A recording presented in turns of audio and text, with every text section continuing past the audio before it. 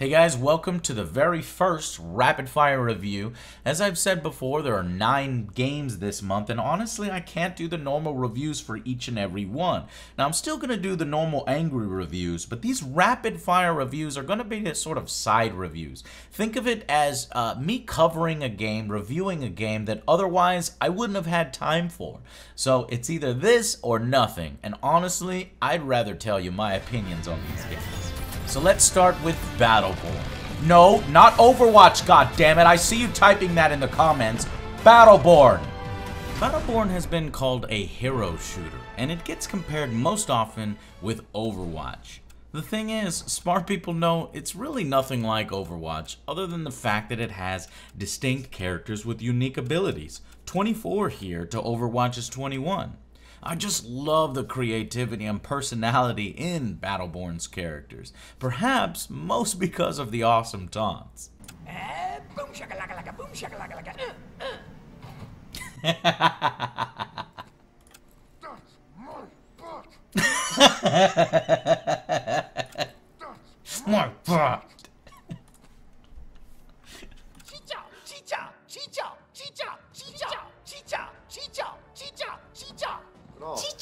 Chicha. What is that? Is that a chicken? What's this? Oh, Michael's scared to ask out Sally. No, I'm not. This is priceless. Go. These aren't even birds. I am not afraid. That's enough. There are people working here. Listen. But should you buy Battleborn? Well, 2 answers. If you're gonna play it with 2 or 3 friends, yes. The game has split screen, it has 5-player co-op, and going through it with friends, both through the campaign and multiplayer, makes it better. Come on, guys, I'm a ninja. Let's do this game. I'm trying to do justices around here. Let's go. Your ninja voice is unique and funny. It is you, great. sir, Hey. are a gentleman and a scholar. I could not afford to go to the mountains of Tibet to practice, so I stood with the refrigerator open.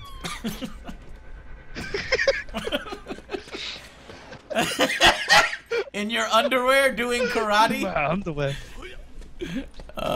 He practiced with his refrigerator.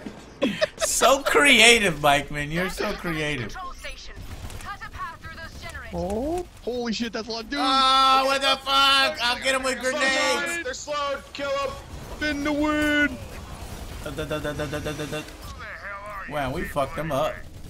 However, that could be said about most games. If you're gonna play it solo, then I'd say no. Wait on it a bit. Why? Well, because the 6 to 7 hour story campaign falters, and its multiplayer component, while deep in progression, feels a bit thin on maps and modes. First, I'm disappointed that the story missions feel more like Destiny 1.0's endless horde mode than it does narrative story-driven experiences. When compared with Borderlands, it's just not up to snuff, though it does borrow a lot from its brother, especially the humor. Perhaps a bit too much, almost as if Gearbox decided everyone should just act like Tiny Tina now. The Lord of all fighters! I am not a robot. I am a spider. I know, Jeff. I know. Calm Jeff. down. I am not a robot. I am a spider. Jeff! Stop saying that. Jeff! You say that one more fucking time, Jeff. Say that one more time, Jeff. That's like no damage. Boom. Oh. Fucking Jeff is a little annoying. There are some cool bosses here, especially the final boss, but for the most part, the endless waves of brain-dead AI that come at you don't really inspire much awe. And it loses a lot of steam towards the end. Difficulty spikes, crappy checkpoints forcing you to replay the whole level, lazily placed back-to-back defense missions in 6 and 7. But hey, at least you get to unlock new characters and get some sick-ass loot for going through it all. Ooh. Legendary, Legendary gear! gear. The hate reflector! That sounds fucking awesome. I don't think anyone died in that fight. That does sound Nobody pretty cool. died. Sweet. Hooray! I like the part where the things happen. That's right, Battleborn has loot. Which brings us to its unique multiplayer. There are 3 modes: Incursion, Meltdown, and Capture.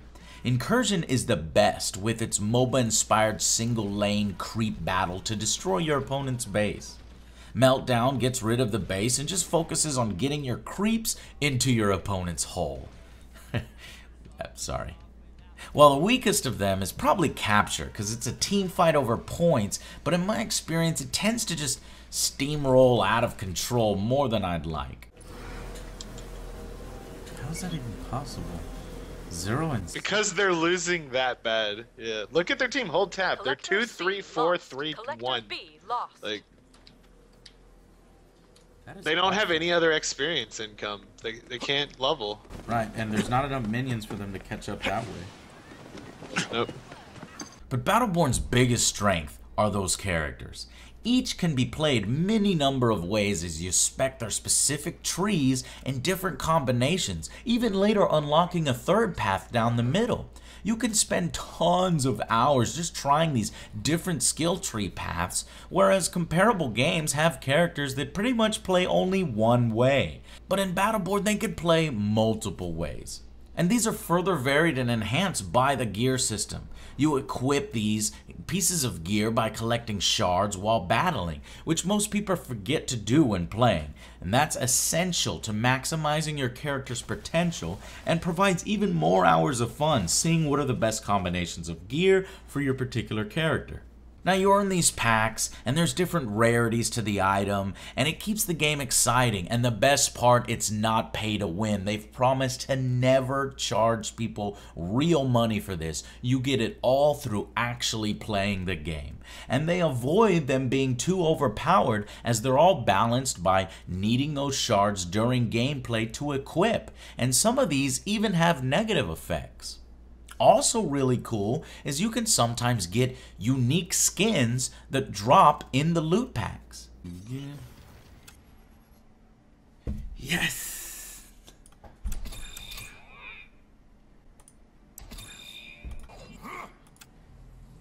Anime convention. Anime convention skin! I got it in a loot pack. That's cool that you can get skins in loot packs. However, after hours of playing and even enjoying the experience massively overall, it becomes really apparent that the game needs more maps and modes ASAP. The ones here become repetitive and stale quicker than I expected. You'd think that you wouldn't need so many in a MOBA, but this is definitely more of a shooter. Now, sure, it has one of the most extensive progression systems I've ever seen, titles to unlock, skins, new skills, new gear, even the characters' backstories. Though I wish I kinda knew at least something about these guys before having to grind to learn a little bit. What is Atticus' story? I don't know. There is none. I haven't unlocked it. I know. There is no story. Bullshit.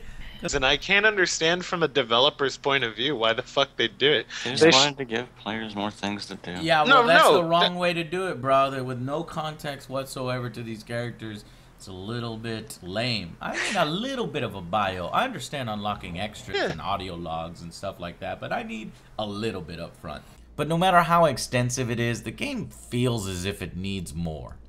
And on top of that, problems with balanced matchmaking based on player skill, no real good combat mechanics in some of the multiplayer modes, and some amount of character imbalance. Marquise vs. Thorn, Galilea vs. pretty much everyone. She's still the most broken thing in the entire game. Explain why you think Galilea just shits on people real quick. She stuns, she silences, she stops healing, she heals herself, she does a shitload of damage, she has an escape from battle, she has a crazy attack speed increase talent, which just gives her 35% attack speed, for no reason, just whatever, just free attack She's actually a DPS, a tank, and she's a DPS and a tank, and pretty much a support and healer and everything. And she outdamages every other melee character in the game.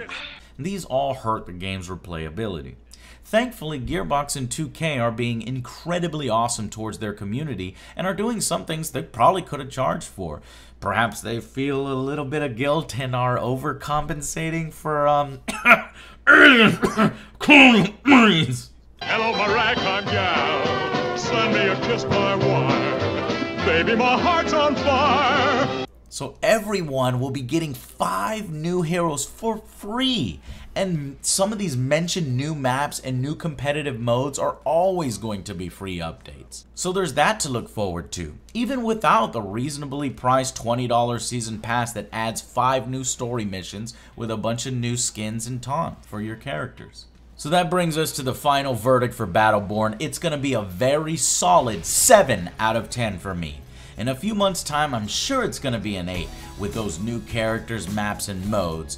However, if you want to wait, then you wouldn't be doing yourself a disservice. But I liked it enough that I'm glad I got it now, and I'm happy that Gearbox got to take a creative break with a new IP before being yelled at by its fans some more about Borderlands 3!